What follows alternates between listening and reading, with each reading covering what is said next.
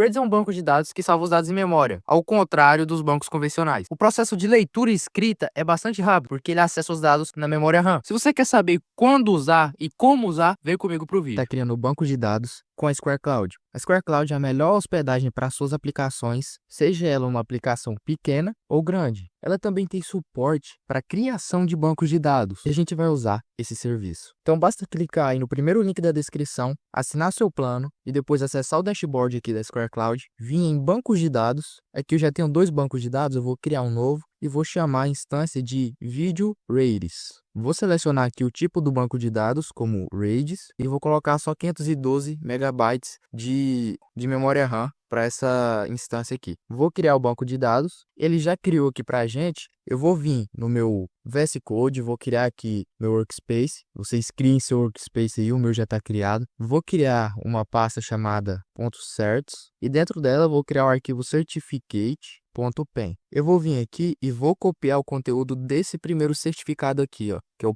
.pen. Vou vir, vou copiar ele e vou colar aqui dentro. Não exponha esse certificado para ninguém, porque ele é utilizado na autenticação TLS na hora da conexão com bancos de dados. Então, quem tiver isso aqui e tiver sua URL de conexão, vai conseguir ler e escrever no seu banco de dados, beleza? Agora eu vou copiar a minha URL de conexão. Eu recomendo que vocês salvem isso aqui dentro de uma variável de ambiente. Mas como o vídeo vai ser rápido, vai ser simples, eu não vou estar salvando. Eu vou estar simplesmente criando aqui agora uma pasta chamada source e vou criar um arquivo chamado raids.ts. E para a gente fazer a conexão, a gente vai usar uma lib. E qual lib é essa? Qual SDK é esse? É a IORAIDs. Então vocês instalam aí no seu projeto. Depois que instalar, a gente vai fazer o seguinte. A gente vai ter que importar a classe RAIDs lá do IORAIDs. A gente vai ter que importar também do Node.js o pacote path e também o pacote fs do Node.js. Depois disso, a gente vai simplesmente criar uma constante chamada certPath,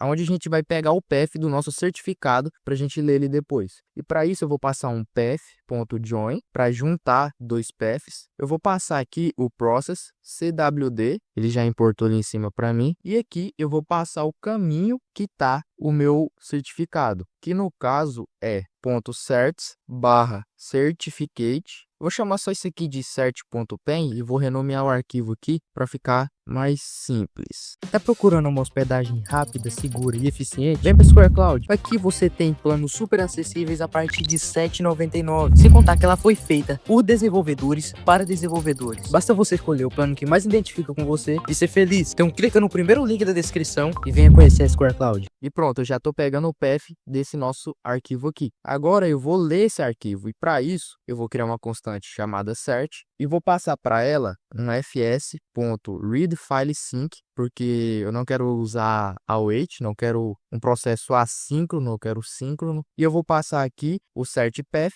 e vou passar também o método de codificação, que é o TF8. Acho que é esse o nome dado para isso. Depois que a gente leu o certificado, a gente pode fazer a conexão com o nosso banco de dados. E para isso eu vou estar exportando uma constante chamada RAIDs, que vai receber uma nova instância daquela classe que a gente importou aqui em cima. E aí a gente passa a nossa URL de conexão, que a gente copiou lá, que no caso é essa daqui. E depois a gente passa um objeto para estar configurando a autenticação TLS. E aqui a gente vai passar o certificado de key como cert. A gente vai passar também o cert, porque ele pede o cert, e vai passar o client authorization. Acho que esse que é o nome. E vou passar o cert também. Vou passar um reject unauthorized, porque ele vai rejeitar todas as respostas de não autorizado na tentativa de conexão com o nosso banco de dados. Agora eu vou vir aqui no meu index.ts, vou criar uma função assíncrona, vou chamar ela de main, e aqui eu vou só tentar conectar com o nosso banco de dados e também vou adicionar, antes da gente tentar a conexão, vou adicionar um listener de connect. Ele vai simplesmente dar um console.log RAIDs conectado com sucesso. E pronto. Agora eu chamo a minha função main aqui embaixo e rodo o meu index.ts. Só um adendo aqui, que eu lembrei, só da gente utilizar essa instância aqui,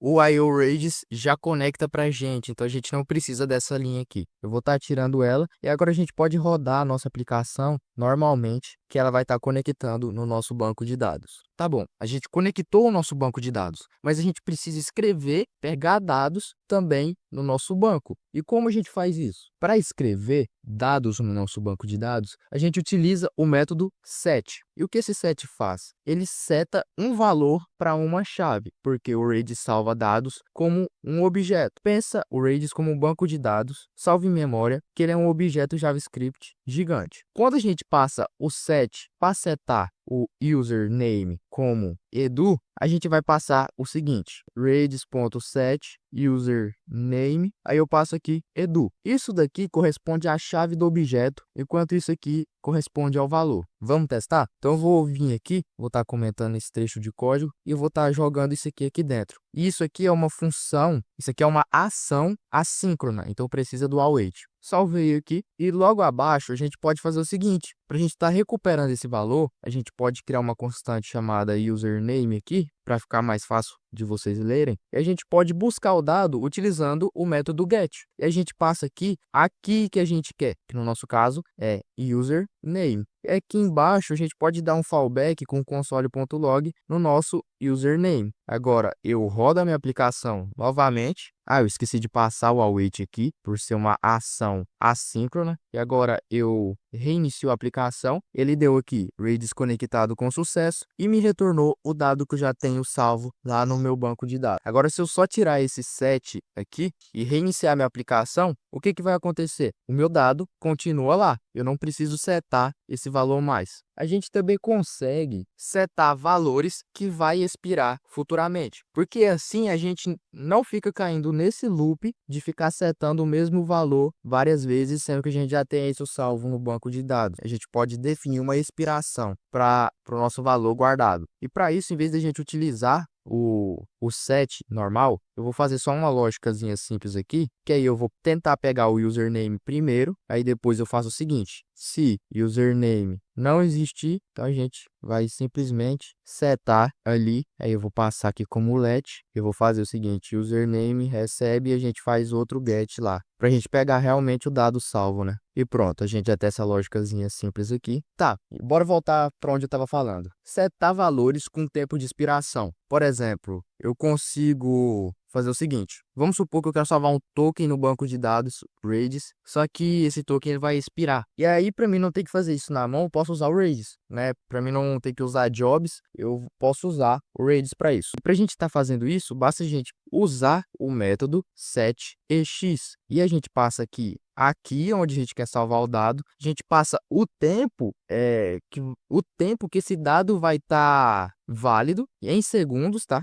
Lembrando, esse tempo tem que estar em segundos. Eu vou passar aqui 10 segundos e depois eu passo o valor que eu quero salvar. No meu caso vai ser só deixa o like. Vou salvar aqui, vou fazer o seguinte, vou dar um console.log token salvo, e aqui em cima eu vou estar pegando esse token, beleza? Peguei o token, vou passar ele aqui e eu vou passar um set timeout aqui de 10 segundos. Coloquei assim dessa forma para vocês entenderem que é 10 segundos. 10 vezes 1000, que é milissegundos, e 1 segundo são 1000 milissegundos, então aqui é 10 segundos. E o que a gente vai fazer? A gente vai tentar pegar o token de novo, vou passar aqui como assíncrono, e a gente vai fazer o seguinte: se o token não existir, a gente vai dar um console.log token não existe mais. Então bora reiniciar aqui a nossa aplicação. Deu aqui o meu username ali em cima, deu o token salvo, deixa o like, bora esperar os 10 segundos, token não existe mais. Então o que aconteceu aqui? Vamos olhar de novo. A gente setou um dado na key token e esse dado vai expirar em 10 segundos. E qual é o dado que a gente salvou? É deixa o like. Aqui embaixo a gente pegou o token, como a gente fez aqui com o username, e depois a gente deu um console.log nesse token. E aqui embaixo eu passei um set timeout. Para que esse set timeout? Para executar essa funçãozinha aqui, essa arrow function, depois de 10 segundos, que é o tempo que demora para esse dado ser invalidado, ser excluído no banco de dados. E aí, depois que esse dado foi excluído, eu verifico se ele ainda existe, e se ele não existir, eu passo aqui token não existe mais. Aqui dentro do nosso if eu vou fazer o seguinte, eu vou passar um console.log, username não existe mais, criando um novo. E beleza, a gente pode fazer o seguinte, vamos agora entender como que funciona a lógica de deletar dados. E é simples, a gente só passa a nossa instância aqui, a gente usa o método del, e a gente só passa aqui a key que a gente quer deletar, ou então a gente passa as keys que a gente quer deletar.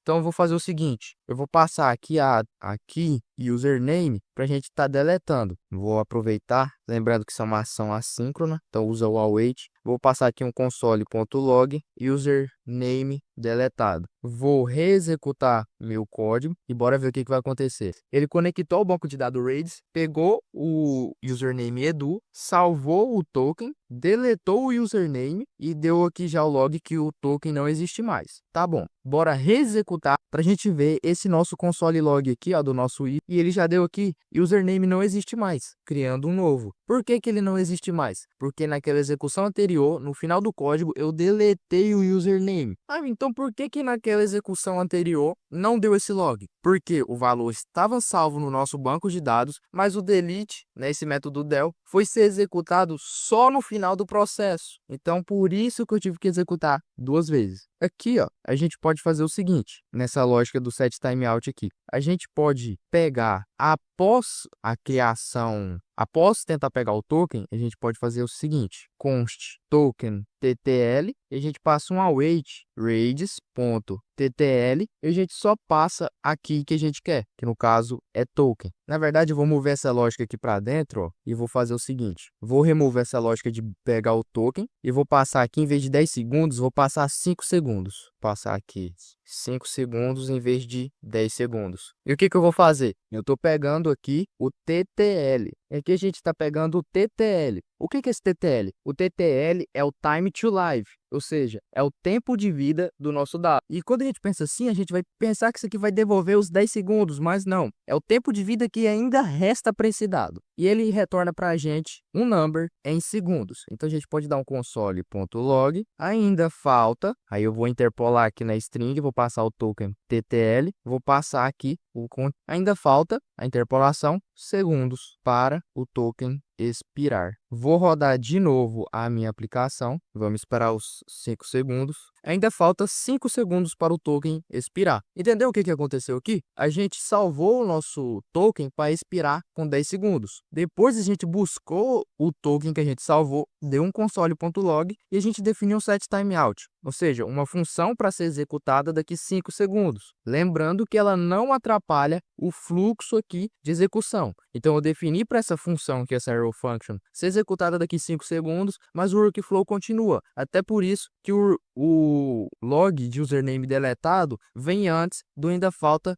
5 segundos para o token expirar. Por isso, por essa lógica que eu te falei de execução, desse workflow, o set timeout ele não breca ali como se fosse uma ação assíncrona que a gente passa um await. Dá para fazer isso com uma new promise, mas não é o que a gente quer. E aí, depois da gente ter feito isso, a gente espera os 5 segundos. Depois desses 5 segundos, essa função é executada. E a gente pega aqui o time to life do nosso dado. E como eu disse, esse time to life, ele não é o tempo total de vida que o nosso dado tem, e sim o que lhe resta, que, seguindo a lógica, se a gente setou 10 segundos para esse dado ser válido e depois de 5 segundos a gente pegou o time to life dele, o certo é faltar 5 segundos para o token expirar, certo? E foi isso que ele printou aqui no console para a gente. Para salvar objetos, a gente vai ter que utilizar JSON. Não tem como. Redis, ele salva string, ele não salva outro tipo de dado, tá bom? Ele salva string. Então, o que a gente vai ter que fazer para salvar um objeto? A gente vai ter que transformar ele num JSON. E como a gente faz isso? Eu vou criar aqui um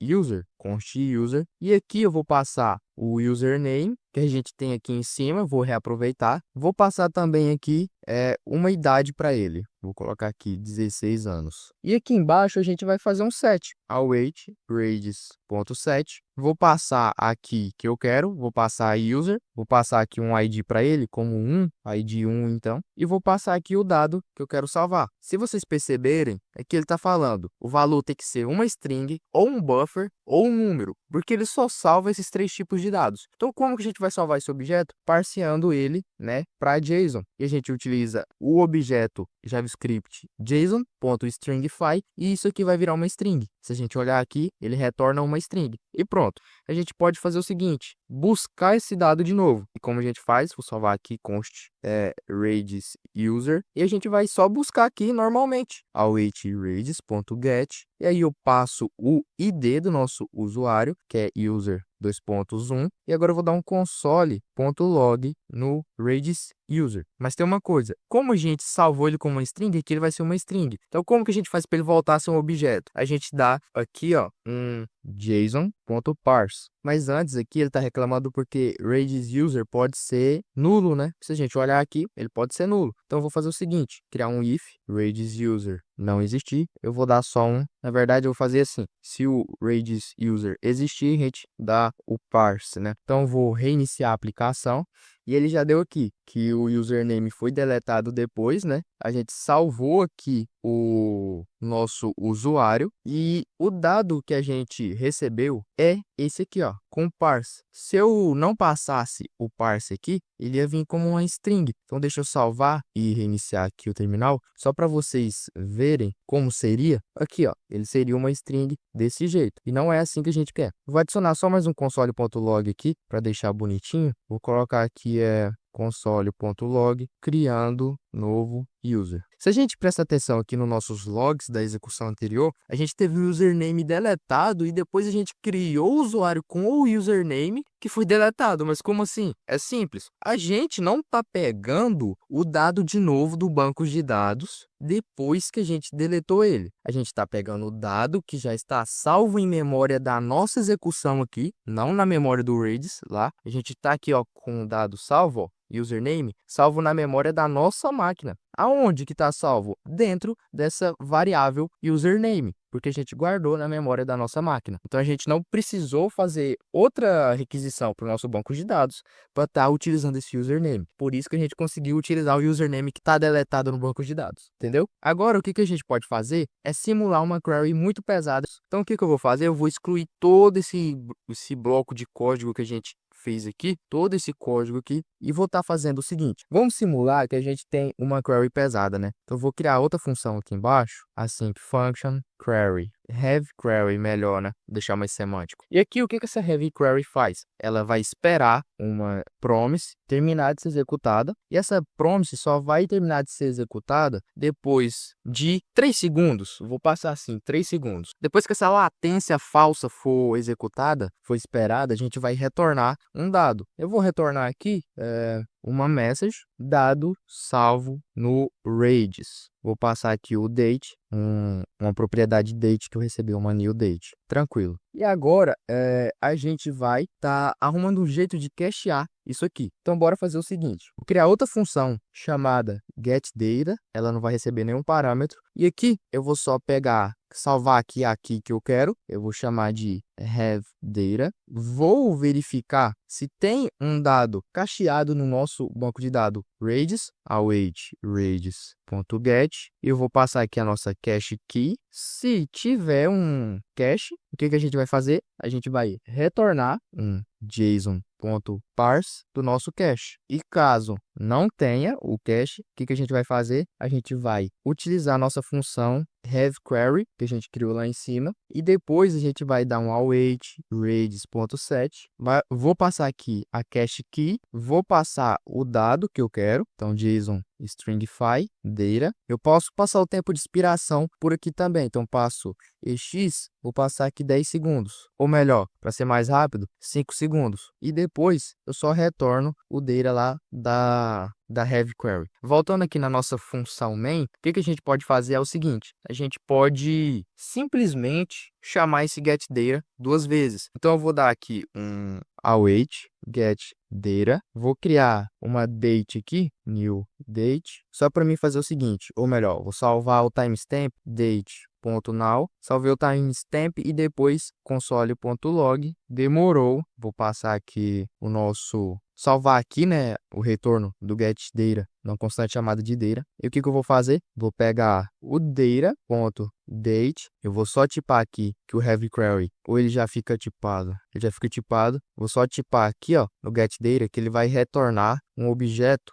com message do tipo string e um date do tipo new date, ou do tipo date. Ele está reclamando porque a função é assíncrona, então isso aqui tem que ser uma promise, né? Então vou passar aqui promise e pronto, ele já para de reclamar. E agora a gente já tem tipado aqui, ó, na nossa main, o date. Beleza, demorou. E agora eu faço uma operação matemática diminuindo o tempo de execução do heavy query com o nosso timestamp lá do começo. Aí eu pego aqui o getTime e pronto, eu já tenho o tempo em milissegundos, só que eu quero em segundos, então eu vou dividir por 1000. Primeiro eu vou colocar isso aqui entre parênteses e pronto. E aqui eu só coloco segundos. Aí, agora eu vou colocar aqui um console.log, segunda execução, e vou repetir isso aqui. Vou só mudar o nome da constante aqui, aí aqui eu mudo também, né? E bora tá executando o nosso código de novo. Conectou ao Redis, ou melhor, é que ele deu esse problema porque a gente salvou o objeto date